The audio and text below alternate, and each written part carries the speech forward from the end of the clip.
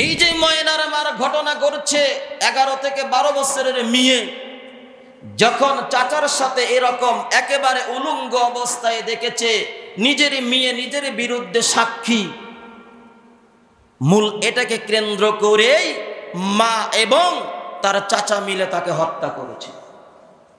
এত নির্মমভাবে হত্যা। আবু জেহেল যেইভাবে হযরত সুমাইয়া রাদিয়াল্লাহু তাআলা আনহার লজ্জাস্থানে বল্লম মেরে হত্যা করেছিলেন, শহীদ করেছিলেন, ঠিক ময়নার চাচা সুমাইয়ার এই ছোট বাচ্চার লজ্জাস্থানের মধ্যে এরকম ভাবে রড ঢুকাইয়া তাকে নির্মম ভাবে হত্যা করেছে। ওয়ালা তাকরাবুজ জিনা ইন্নাহু কানা ফাহিশা। আল্লাহ তাআলা বলেন, জেনা তো দূরের কথা, তোমরা জেনার ধারের কাছেও যেও না। জেনার ধারের কাছে, সবাই বলেন না কেন?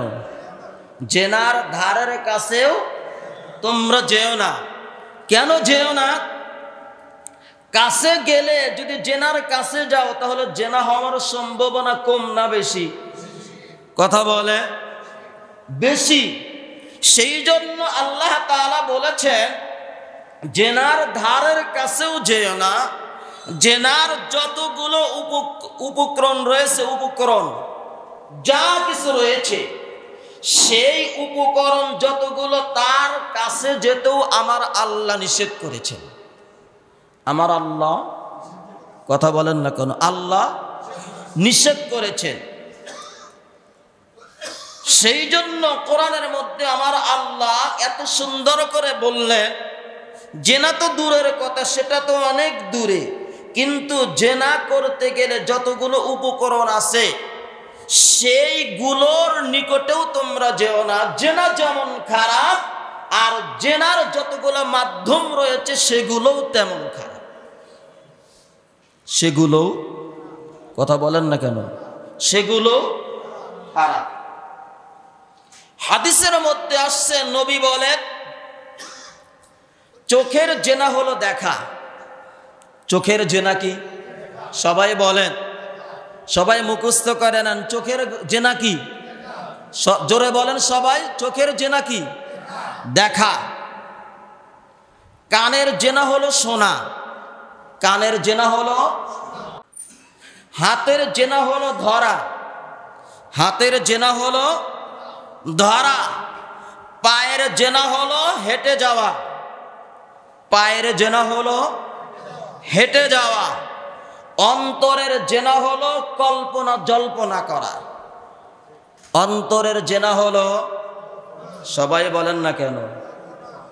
অন্তরের জেনা হলো কল্পনা জল্পনা করা। নাকের জেনা হলো সুঘ্রাণ নেওয়া। নাকের জেনা কি? সুঘ্রাণ নেওয়া। মুখের জেনা হলো বলা। মুখের জেনা হলো বলা। আর ফাইনাল জেনা হলো কাজে বাস্তবায়ন করা। ফাইনাল জেনা কি? সবাই বলেন না যে? কাজে বাস্তবায়ন করা। একটা বেগানা নারীকে আপনি যখন চোখে দেখলেন, চোখের জেনা হবে। যখন তার বিষয় শুনলেন, কান দিয়ে কানের জেনা হবে। যখন তার ব্যাপারে একটা গ্রাণ নিবেন, সেটা নাকের জেনা হবে।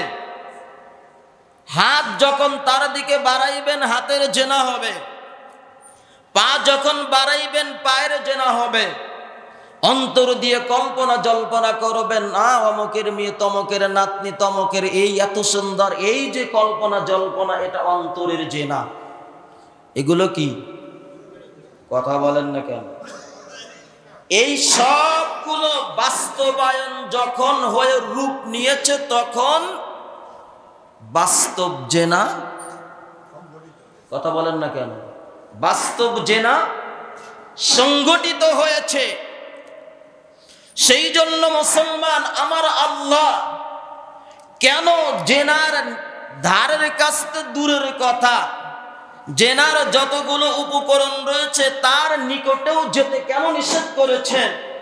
এই জন্য করেছেন, বান্দা তোমরা যদি উপকরণ যতগুলো আছে এই কাজগুলো যখন তোমাদের দ্বারা হয়ে যাবে তখন মূল জেনা তোমাদের দ্বারা হয়ে যাবে। মূল জেনা। সেই জন্য শুধু ময়নার মা নয়, হাজার হাজার ময়নার মা এরকম পরকীয়ায় লিপ্ত হচ্ছে। কারণ একটাই, চোখ দিয়ে দেখতেছে, কান দিয়ে শুনতেছে, নাক দিয়ে ঘ্রাণ নিচ্ছে, জবান দিয়ে বলতেছে, হাত দিয়ে ধরতেছে, পা দিয়ে হেঁটে যাচ্ছে, অন্তর দিয়ে কল্পনা জল্পনা যখন করতেছে, বাস্তব জেনা হাজার নারী এই জেনায় শিকার হচ্ছে। কি কথা সত্য নাকি মিথ্যা? কথা বলে।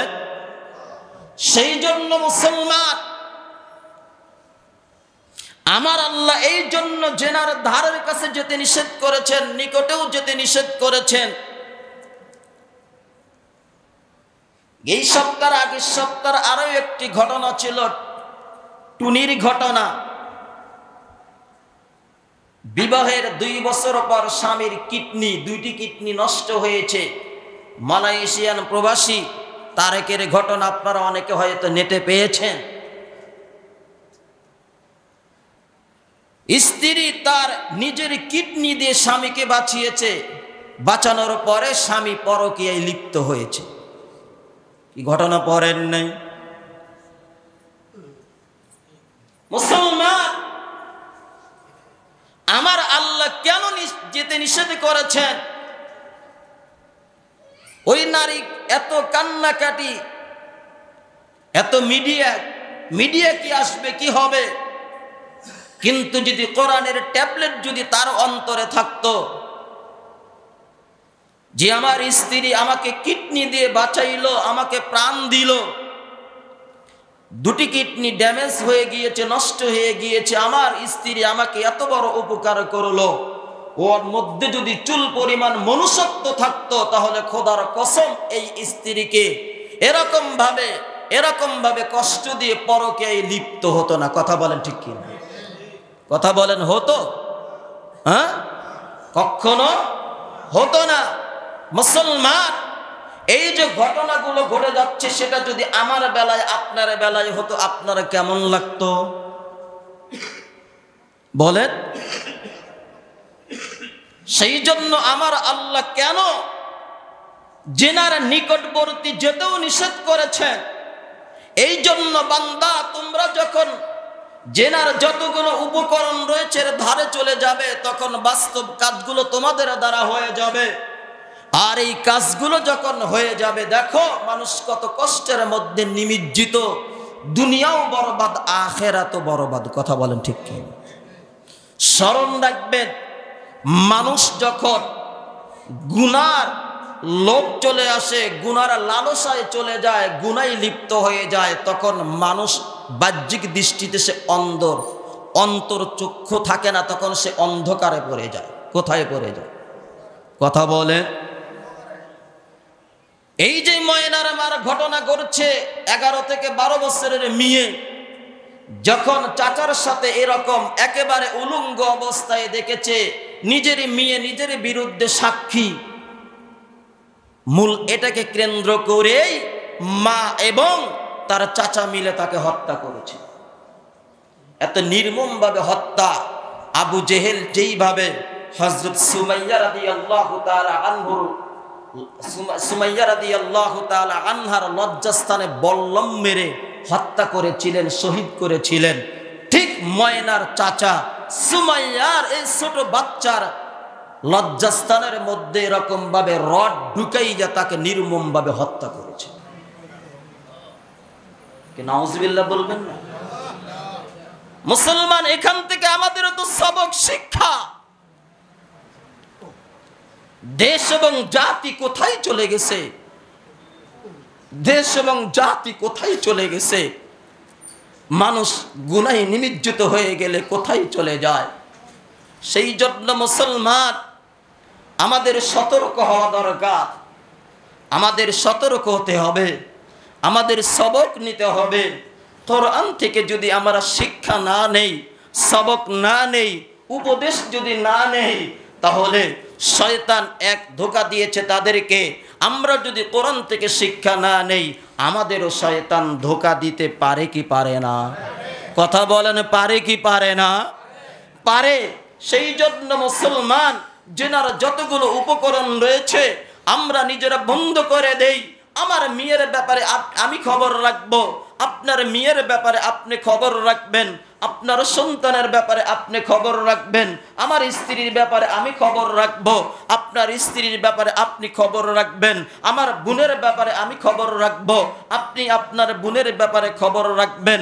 এরকম ভাবে আমরা সবাই যদি, প্রতিটি ফ্যামিলি যদি, প্রতিটি অভিভাবক যদি আমরা এইভাবে যদি খোঁজ খবর নেই, তাহলে অবশ্যই আমার মেয়েও জেনার উপকরণ থেকে বেরিয়ে আসবে, আমার সন্তান জেনার উপকরণ থেকে বেরিয়ে আসবে, আমার ভাই জেনার উপকরণ থেকে বেরিয়ে আসবে, আমার বোন জেনার উপকরণ থেকে বেরিয়ে আসবে, আমার স্ত্রী জেনার উপকরণ থেকে বেরিয়ে আসবে, আপনার স্ত্রী জেনার উপকরণ থেকে বেরিয়ে আসবে। যখন সবগুলো উপকরণ থেকে বেরিয়ে আসবে, তখন আর জেনার কাজগুলো আমাদের সমাজে আর সংগঠিত হবে। কি কথা বলেন, সত্য নাকি মিথ্যা? সেই জন্য কোরআন থেকে আমাদের শিক্ষা নেওয়া দরকার আছে না নাই? কথা বলেন। সেই জন্য আল্লাহ তাআলা বলেন, বান্দা তুমি গোপনে গুনাহ করো নাকি প্রকাশ্যে গুনাহ করো, নাকি অন্ধকারে করো নাকি দিবালোকে করো, নাকি ঘরের মধ্যে করো নাকি বিল্ডিং এর ভিতরে করো, নাকি বালাখানার ভিতরে করো নাকি অট্টালিকার ভিতরে করো, নাকি তুমি রাজপ্রাসাদের মধ্যেই করো না কেন, আমি আল্লাহ তোমাদের সব কিছু দেখি, জানি, বুঝি। আমি আল্লাহ হকের সাথেই আছি। কে আছেন হকের সাথে? আর একটু জোরে বলেন। সেই জন্য আল্লাহ বলেন, কুল ইন্নামা হাররামা রাব্বিয়াল ফাওয়াহিশা মা যাহারা মিনহা ওয়া মা বাতানা ওয়াল ইসমা ওয়াল বাগয়া বিগাইরিল হক ওয়া আন তুশরিকু আলাল্লাহি মা লা তা'লামুন। সেই জন্য মুসলমান আমাদের এখান থেকেই শিক্ষা নিতে হবে। এরকম ঘটনা থেকে আমাদের সবক, আমাদের উপদেশ, আমরা যদি সবক নিতে পারি, উপদেশ হাসিল করতে পারি, ইবরাত হাসিল করতে পারি, তাহলেই আমরা সকল কথা বলেন ঠিক কিনা। আল্লাহ তাআলা যেন আমাদের সবাইকে বুঝবার তৌফিক আল্লাহ তাআলা দান করেন। সবাই বলে আমিন। আমরা যে যতই স্লোগান দেই না কেন, রাজনৈতিকভাবেই দেই না কেন, ফ্যামিলিগতভাবেই দেই না কেন, মানুষের মধ্যে যতক্ষণ পর্যন্ত ইসলামিক মূল্যবোধ ফিরে না আসবে, ততক্ষণ পর্যন্ত মানুষ কখনো ভালো হতে পারে। কথা বলে ঠিক নেবে ঠিক। আপনি যে দল করেন, যেই হন না কেন, হুজুর হন, মুফতি হন, মুফাসসির হন না কেন, হাফেজ হন, গাজী হন না কেন, যেই হন না কেন, যতক্ষণ পর্যন্ত আমাদের মধ্যে ইসলামিক মূল্যবোধ ফিরে না আসবে, সেই জন্য মুসলমান ইসলামিক মূল্যবোধ আমি আমার মধ্যে আনব, আমি আমার ভাইয়ের মধ্যে আনার চেষ্টা করব, সন্তানের মধ্যে আনার চেষ্টা করব, আমার স্ত্রীর মধ্যে আনার চেষ্টা করব, আমার ছেলে মেয়ের মধ্যে আনার চেষ্টা করব, আমি আমার ফ্যামিলির মধ্যে আনার চেষ্টা করব। এরকমভাবে যদি আমরা সবাই যদি যারা যারা অবস্থান থেকে যদি আমরা যদি চেষ্টা করি, তাহলে আমার আল্লাহ তো বলেছেন, বান্দা তুমি চেষ্টা করো, তুমি চেষ্টা করো, আমি আল্লাহ তোমার এই চেষ্টার ফল অবশ্যই দেব। দিবে কি দিবে না? চেষ্টা করার মালিক বান্দা, কিন্তু এই চেষ্টার ফল দেওয়ার মালিক কে? আর একটু জোরে বলেন কে? আল্লাহ। চেষ্টা করার মালিক আমরা কে কয়জন চেষ্টা করি বলেন তো? কে কয়জন চেষ্টা করি? আমি বাড়ি গিয়েছি, গতকাল আসছি, আমার বাবা এখনো আমাকে বুঝায়, আমাকে বুঝায়, বলে আমি গতকালও আসছি, আমার বাবা গতকালও বলছে মুসল্লিদের সাথে ভালো ব্যবহার করবা, তোমার মুসল্লিরা যেন তোমার উপরে খুশি থাকে, তোমার পিছনে যারা নামাজ পড়ে মুরব্বীদেরকে সম্মান করবা। মেম্বারে বসে কথা বলতেছি, সত্য কথা, 100% সত্য কথা, আল্লাহ সাক্ষী। আমার বাবা এখনো আমাকে সবক দেয়, গতকালও আসার আগে সবক দিছে, মুসল্লিদের সাথে ভালো ব্যবহার করবা, তাদেরকে কষ্ট দিবা না, মুরব্বীদেরকে সম্মান করবা, তারা যেন তোমার উপরে খুশি থাকে, তোমার উপরে যেন সন্তুষ্ট থাকে। এমন কোনো কাজ করো না মুসল্লিরা যেন তোমার উপরে নারাজ না হয়। বাবা সবক দিচ্ছে। আমার বাবা তো আলেম নয়, আবার এটাও বলছে তুমি আলেম, তোমার উপরে যেন কোনো রকম কেলেঙ্কারি দাগ না আসে। আমাকে সবক দিচ্ছে। আমার বাবা তো মূর্খ মানুষ, সেই জামানায় ক্লাস 6 পর্যন্ত পড়ালেখা করেছিল। কিন্তু আমার বাবার মতো যদি আপনারাও যদি এমন হয়ে যান, আমি অন্য বাবার কথা বলতেছি না, নিজের বাবার কথা বলতেছি, তা আমার বাবার মতো যদি আপনারা যদি হয়ে যায়, তাহলে আপনার সন্তানদেরকে যদি এমন করে বুঝান, তাহলে সন্তানরা কি বুঝবে না? কথা বলেন, বুঝবে না? অবশ্যই বুঝবে। সেই জন্য আপনাদের হাতে ধরে পায়ে ধরে বলছি, মেম্বার থেকে বলছি, জুমার মেম্বার থেকে বলতেছি, আপনারাও আপনাদের সন্তানদেরকে বুঝান, বলেন যেন আপনার সন্তান যেন কোনো ধরনের গুনার কাজের সাথে জড়িত না হয়ে যায়। আজকে বাবাও সন্তানের দ্বারা নিরাপদ নয়, সন্তানও বাবার দ্বারা নিরাপদ নয়, স্ত্রী স্বামীর দ্বারা নিরাপদ নয়, স্বামীও স্ত্রীর মাধ্যমে নিরাপদ নয়। অহরহ ঘটনা ঘটে যাচ্ছে। সেই জন্য মুসলমান কথাগুলো আপনাদেরকে আল্লাহকে সাক্ষী রেখে বলছি, কোরআনের আয়াত সাক্ষী, আল্লাহ সাক্ষী। সেই জন্য সব ধরনের গুনার কাজকে নিজেও ছেড়ে দেই, সন্তানদেরকেও ছেড়ে দিতে বাধ্য করি, তাদেরকে বুঝাই। একবার না পারলে শতবার চেষ্টা করি। আপনারা তো কবিতার মাধ্যমে পড়েছেন, একবার না পারিলে দেখো শতবার। সেই জন্য আপনাদের হাতে ধরে পায়ে ধরে বলে যাচ্ছি, নিজেও গুনাহ ছেড়ে দেই, সন্তানদেরকেও গুনাহ ছাড়ার যতগুলো উপকরণ রয়েছে তাদেরকে বুঝাই।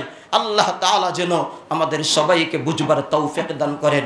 সবাই বলি আমিন। ওয়া আখির দাওয়ানা আলহামদুলিল্লাহি রাব্বিল আলামিন।